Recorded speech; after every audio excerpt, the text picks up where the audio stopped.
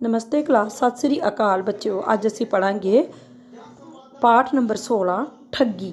बच्चों, इस पाठ दे विच दस्सिया गया है कि सानू कभी भी दूसरे दी गल्लां दे विच आके अपना नुकसान नहीं करना चाहिए।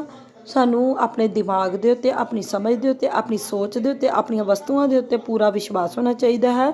किसी दूसरे दियां गल्लां दे विच नहीं आना चाहिए। जेकर किसी इंसान दे विच पूरा विश्वास होवे तां ओह कदी भी किसी दियां गल्लां विच नहीं आंदा। किसी दियां गल्लां विच आउण वाले मूर्ख हुंदे हन, और जिहड़े लोग किसी दियां गल्लां विच आ जांदे हन ओह अपणियां बहुमुल्लियां चीज़ां जिहड़ियां हन ओह गवा लैंदे हन। तो असीं अज पढ़ांगे कविता ठगी। तो इस कविता दे विच भी 4 ठग हैगे आ, जिन्हां ने मतलब अपनी ठगी करके, झूठ बोल के एक ब्राह्मण दे कोलों जिहड़ा है भठोरा जिहड़ा है बकरी का छोटा जिहा बच्चा जिहड़ा है ठग लिया। बकरी के बच्चे नूं उन्हां ने कुत्ता दस के ब्राह्मण के मन दे विच भरम पैदा कर दिता। तो ब्राह्मण नूं अपने आप ते विश्वास नहीं सीगा, जिस कारण उसने उसनूं बकरी का बच्चा जिहड़ा है उसनूं भी कुत्ता लगन लग पिया, तो उन्हें बकरी का बच्चा जिहड़ा है ठगां दे गल्लां दे विच आके गवा लिया। तो ये कविता जिहड़ी है ये सुरजीत पात्र की लिखी हुई है। तो चलो अज असीं इसनूं पढ़ांगे। गरीब ब्राह्मण के सिर उत्ते टोकरा सी, टोकरे विच छोटा जिहा भठोरा सी। मतलब एक गरीब ब्राह्मण जिहड़ा है उन्हें अपने सिर के उत्ते एक छोटा जिहा टोकरा रखा है, और उस टोकरे दे विच छोटा जिहा बकरी का बच्चा। भठोरा मतलब छोटा जिहा बकरी का बच्चा। भठोरा यानी बकरी का बच्चा, एक छेली जो उसनूं किसी जजमान ने मनसी सी।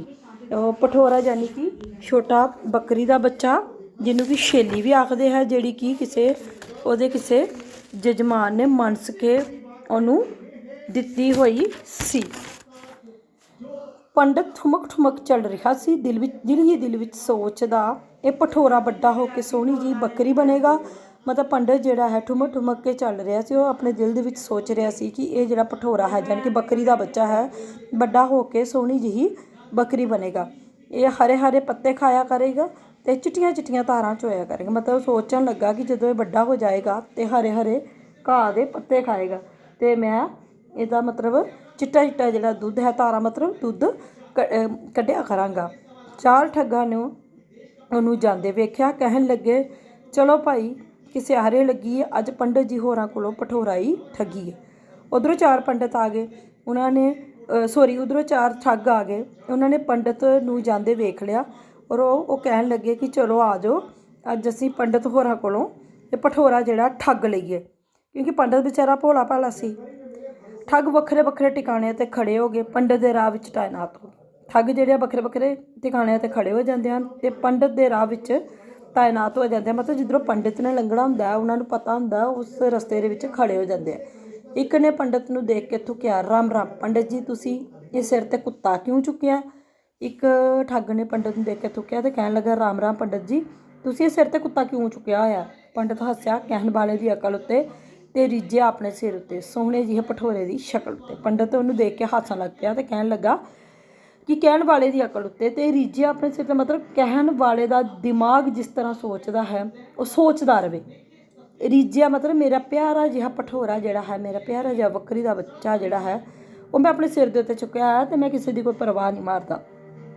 थोड़ी दूर गया पंडित तो दूसरा ठग मिल पिया। पंडित जी, सुनिया सी कलयुग आ गया, पर अज तो अपनी अखीं तक लिया।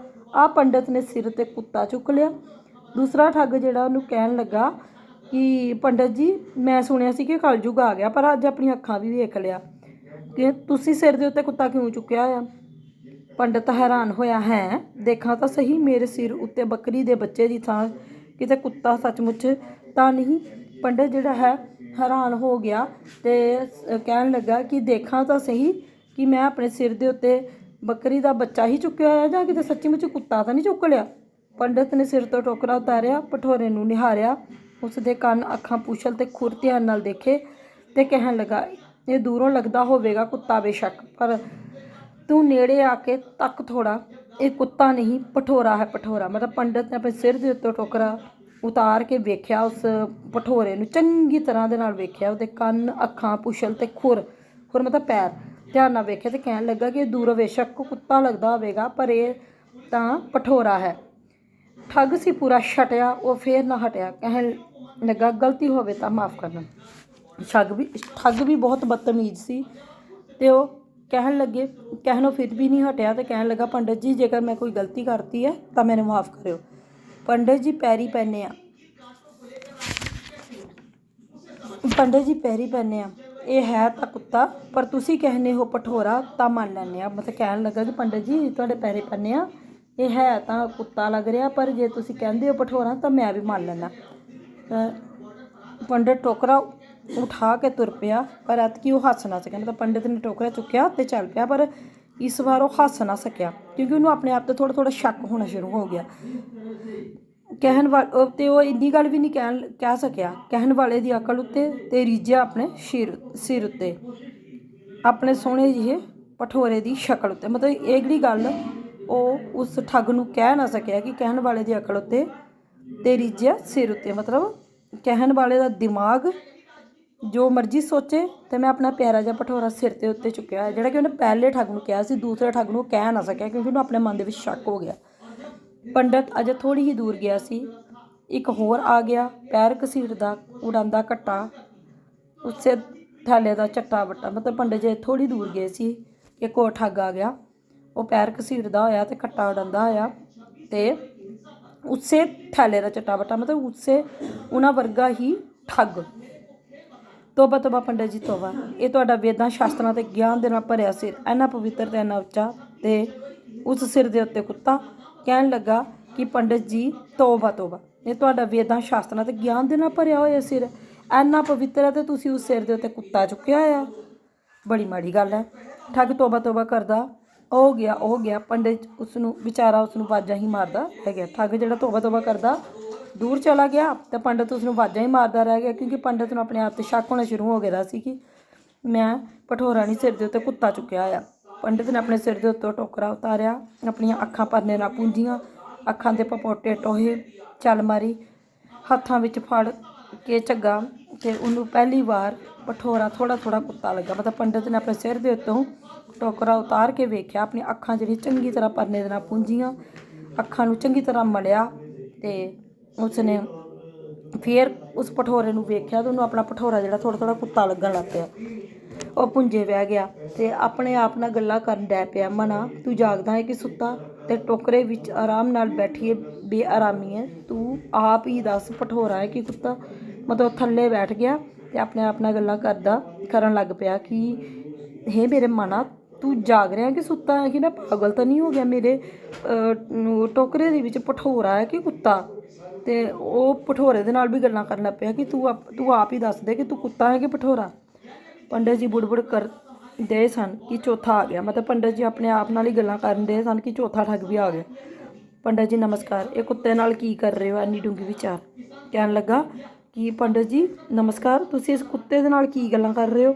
ਪੰਡਿਤ ਜੀ ਛਿੱਥੇ ਪੈ ਗਏ, ਕਹਿਣ ਲੱਗੇ ਕੁਝ ਨਹੀਂ, ਮੈਂ ਜਰਾ ਉੱਧਰ ਗਿਆ ਸੀ, ਟੋਕਰੀ ਇੱਥੇ ਧਰ ਕੇ ਇਹ ਕੁੱਕਰ ਪਤਾ ਨਹੀਂ ਕਿੱਥੋਂ ਆ ਬੈਠਾ ਚੁੱਪ ਕਰਕੇ। ਪੰਡਿਤ ਜੀ ਹੁਣ ਸ਼ਰਮਿੰਦੇ ਹੋ ਗਏ ਕਿਉਂਕਿ ਉਹਨੂੰ ਆਪਣੇ ਆਪ 'ਤੇ ਪੂਰੀ ਤਰ੍ਹਾਂ ਦੇ ਨਾਲ ਸ਼ੱਕ ਹੋ ਗਿਆ ਕਿ ਇਹ ਸੱਚੀ ਕੁੱਤਾ ਹੈਗਾ। ਉਹ ਕਹਿਣ ਲੱਗੇ ਕੁਝ ਨਹੀਂ ਕਰ ਰਿਹਾ, ਮੈਂ ਜਰਾ ਉੱਧਰ ਗਿਆ ਸੀ ਅਤੇ ਕੁੱਤਾ ਪਤਾ ਨਹੀਂ ਕਿੱਥੋਂ ਆ ਗਿਆ ਮੇਰੇ ਟੋਕਰੇ ਵਿੱਚ ਬੈਠ ਗਿਆ ਚੁੱਪ ਕਰਕੇ। ਪੰਡਿਤ ਜੀ ਨੇ ਪਰਾਂ ਵਗਾਹ ਮਾਰਿਆ, ਟੋਕਰੀ 'ਚ ਭਠੋਰਾ ਨਹੀਂ ਸੱਚ ਕੁੱਤਾ। ਫਿਰ ਪਿੱਛੇ ਦੌੜ ਕੇ ਉਹਦੇ ਲੱਤ ਮਾਰੀ, ਚੱਲ ਕੁਤੀੜ। ਪੰਡਿਤ ਜੀ ਨੇ ਸਿਰ ਦੇ ਉੱਤੇ ਜਿਹੜਾ ਟੋਕਰਾ ਰੱਖਿਆ ਹੋਇਆ ਸੀ ਉਹਨੂੰ ਪਰਾਂ ਵਗਾਹ ਕੇ ਮਾਰਿਆ। ਕਹਿਣ ਲੱਗਾ ਕਿ ਇਹ ਭਠੋਰਾ ਨਹੀਂ ਹੈ, ਕੁੱਤਾ ਹੈ। ਅਤੇ ਫਿਰ ਉਸ ਭਠੋਰੇ ਦੇ ਉੱਤੇ ਲੱਤ ਵੀ ਜਿਹੜੀ ਹੈ ਸੰਡ ਕੇ ਮਾਰੀ। ਅੰਦਰ ਕਹਿਣ ਲੱਗਾ ਚੱਲ ਕੁਤੀੜ, ਚੱਲ ਕੁੱਤਿਆ ਇੱਥੋਂ ਦੌੜ। ਭਠੋਰੇ ਨੂੰ ਤਾਂ ਹੋਈ ਹੋਵੇਗੀ ਪੀੜ। ਪੰਡਿਤ ਜੀ ਨੂੰ ਆਈ ਮਾੜੀ ਜਿਹੀ ਚੁਣਬੁਣੀ, ਪਰ ਸਹੁੰ ਰੱਬ ਦੀ ਉਹਨਾਂ ਨੇ ਤੁਰੇ ਜਾਂਦੇ ਭਠੋਰੇ ਦੇ ਮੂੰਹੋਂ ਕੁੱਤੇ ਦੀ ਚੌਂ ਵੀ ਸੁਣੀ। ਮਤਲਬ ਪੰਡਿਤ ਜੀ ਨੂੰ ਠੱਗਾਂ ਦੀ ਗੱਲ ਦੇ ਉੱਤੇ ਪੂਰਾ ਵਿਸ਼ਵਾਸ ਹੋ ਗਿਆ, ਆਪਣੇ ਆਪ 'ਤੇ ਪੂਰੀ ਤਰ੍ਹਾਂ ਸ਼ੱਕ ਹੋ ਗਿਆ। ਉਸ ਭਠੋਰੇ ਨੂੰ ਮਾਰਿਆ ਜਦੋਂ ਲੱਤ ਉਹਨਾਂ ਨੇ, ਤਾਂ ਉਸ ਭਠੋਰੇ ਨੂੰ ਵੀ ਪੀੜ ਹੋਈ ਹੋਏਗੀ।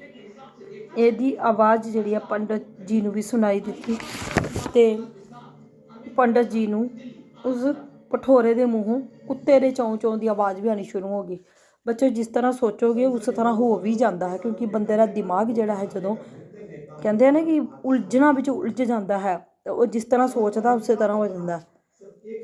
ਤੇ ਪਸੀਨਾ ਪੂੰਝਦੇ ਤੁਰ ਗਏ। ਕਹਿੰਦੇ ਸ਼ੁਕਰ ਹੈ ਪ੍ਰਭੂ ਤੂੰ ਮੈਨੂੰ ਬਚਾ ਲਿਆ, ਮੈਂ ਕਿਤੇ ਸਿਰ ਤੇ ਕੁੱਤਾ ਚੁੱਕ ਕੇ ਪਿੰਡ ਵਿੱਚ ਨਹੀਂ ਚਲਾ ਗਿਆ। ਕਹਿੰਦੇ ਕਿ ਆਪਣਾ ਪਸੀਨਾ ਪੂੰਝਦੇ ਹੋਏ ਕਹਿਣ ਲੱਗਾ ਕਿ ਸ਼ੁਕਰ ਹੈ ਮੇਰੇ ਪਰਮਾਤਮਾ ਤੂੰ ਮੈਨੂੰ ਬਚਾ ਲਿਆ, ਕਿਤੇ ਮੈਂ ਕੁੱਤਾ ਚੁੱਕ ਕੇ ਪਿੰਡ ਨਹੀਂ ਚੱਲ ਗਿਆ, ਮੇਰਾ ਮਜ਼ਾਕ ਉੱਡ ਜਾਣਾ ਸੀ, ਲੋਕਾਂ ਨੇ ਮੈਨੂੰ ਮਜ਼ਾਕ ਉਡਾਉਣਾ ਸੀ। ਇਉਂ ਹਜੂਰ ਠੱਗਾਂ ਨੇ ਪੰਡਤ ਜੀ ਦੇ ਸਿਰੋਂ ਭਠੋਰਾ ਸੁਟਵਾ ਲਿਆ ਤੇ ਪਤਾ ਨਹੀਂ ਕੀ ਕਰ ਕੇ ਝਟਕਾ ਕੀ ਹਲਾਲ ਖਾ ਲਿਆ ਸਵਾਦਾਂ ਨਾਲ। ਇਸ ਤਰ੍ਹਾਂ ਚਾਰ ਠੱਗਾਂ ਨੇ ਪੰਡਤ ਜੀ ਹੋਰਾਂ ਦੇ ਕੋਲੋਂ ਜਿਹੜਾ ਭਠੋਰਾ ਸੀ ਉਹ ਕੁੱਤਾ ਬਣਾ ਕੇ ਹੇਠਾਂ ਸੁਟਵਾ ਲਿਆ ਤੇ ਉਹਨੂੰ ਚੁੱਕ ਕੇ ਹਲਾਲ ਕਰਕੇ ਉਹਨੂੰ ਖਾ ਵੀ ਗਏ। ਜਿਨ੍ਹਾਂ ਨੂੰ ਨਾ ਹੋਵੇ ਆਪਣੀਆਂ ਅੱਖਾਂ, ਆਪਣੀ ਸਮਝ, ਆਪਣੀਆਂ ਚੀਜ਼ਾਂ, ਆਪਣੀ ਸੋਚ ਉੱਤੇ ਪੂਰਾ ਯਕੀਨ, ਉਹ ਇਉਂ ਹੀ ਗਵਾ ਲੈਂਦੇ ਹਨ। ਲੋਕਾਂ ਦੇ ਕਹੇ ਕਹਾਏ, ਆਪਣੀਆਂ ਅਮੁੱਲ ਵਸਤਾਂ, ਰਿਸ਼ਤੇ, ਸੱਭਿਆਚਾਰ, ਭਾਸ਼ਾ, ਵੇਸ਼, ਧਰਮ, ਈਮਾਨ, ਦੀਨ, ਜਿਸ ਨੂੰ ਨਾ ਹੋਵੇ ਆਪਣੇ ਆਪ 'ਤੇ ਪੂਰਾ ਯਕੀਨ। ਤੋਂ ਬੱਚਿਓ ਇਹਦੇ ਵਿੱਚ ਕਵੀ ਕਹਿ ਰਿਹਾ ਕਿ ਜਿਨ੍ਹਾਂ ਲੋਕਾਂ ਨੂੰ ਆਪਣੀਆਂ ਅੱਖਾਂ, ਆਪਣੀ ਸਮਝ, ਆਪਣੀਆਂ ਚੀਜ਼ਾਂ ਦੇ ਉੱਤੇ ਯਕੀਨ ਨਾ ਹੋਵੇ ਉਹ ਆਪਣੀਆਂ ਬਹੁਮੁੱਲੀਆਂ ਚੀਜ਼ਾਂ ਜਿਹੜੀਆਂ ਗਵਾ ਲੈਂਦੇ। ਬਹੁਮੁੱਲੀ ਚੀਜ਼ਾਂ ਜਿਵੇਂ ਰਿਸ਼ਤੇ, ਸੱਭਿਆਚਾਰ, ਭਾਸ਼ਾ, ਵੇਸ਼, ਧਰਮ, ਈਮਾਨ, ਦੀਨ, ਸਭ ਕੁਛ ਜਿਹੜਾ ਹੈ ਲੋਕ ਗਵਾ ਲੈਂਦੇ ਲੋਕਾਂ ਦੀਆਂ ਗੱਲਾਂ ਵਿੱਚ ਆ ਕੇ, ਜਿਨ੍ਹਾਂ ਨੂੰ ਆਪਣੇ ਆਪ 'ਤੇ ਯਕੀਨ ਹੀ ਨਹੀਂ ਹੁੰਦਾ। ਸੋ ਤੁਸੀਂ ਵੀ ਹੁਸ਼ਿਆਰ ਰਹਿਣਾ, ਠੱਗਾਂ ਦੇ ਕਹਿਣ 'ਤੇ ਆਪਣੇ ਭਠੋਰੇ ਨੂੰ ਕੁੱਤਾ ਨਾ ਮੰਨ ਲੈਣਾ। ਬੱਚਿਓ ਇਹਦੇ ਵਿੱਚ ਕਵੀ ਕਹਿ ਰਿਹਾ ਕਿ ਤੁਸੀਂ ਵੀ ਹੁਸ਼ਿਆਰ ਰਹਿਣਾ ਹੈ।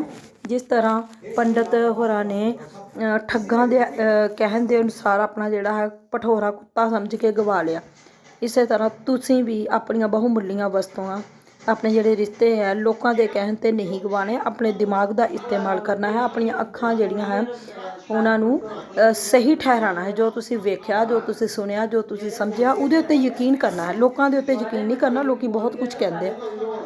ਠੀਕ ਹੈ ਬੱਚਿਓ, ਧੰਨਵਾਦ।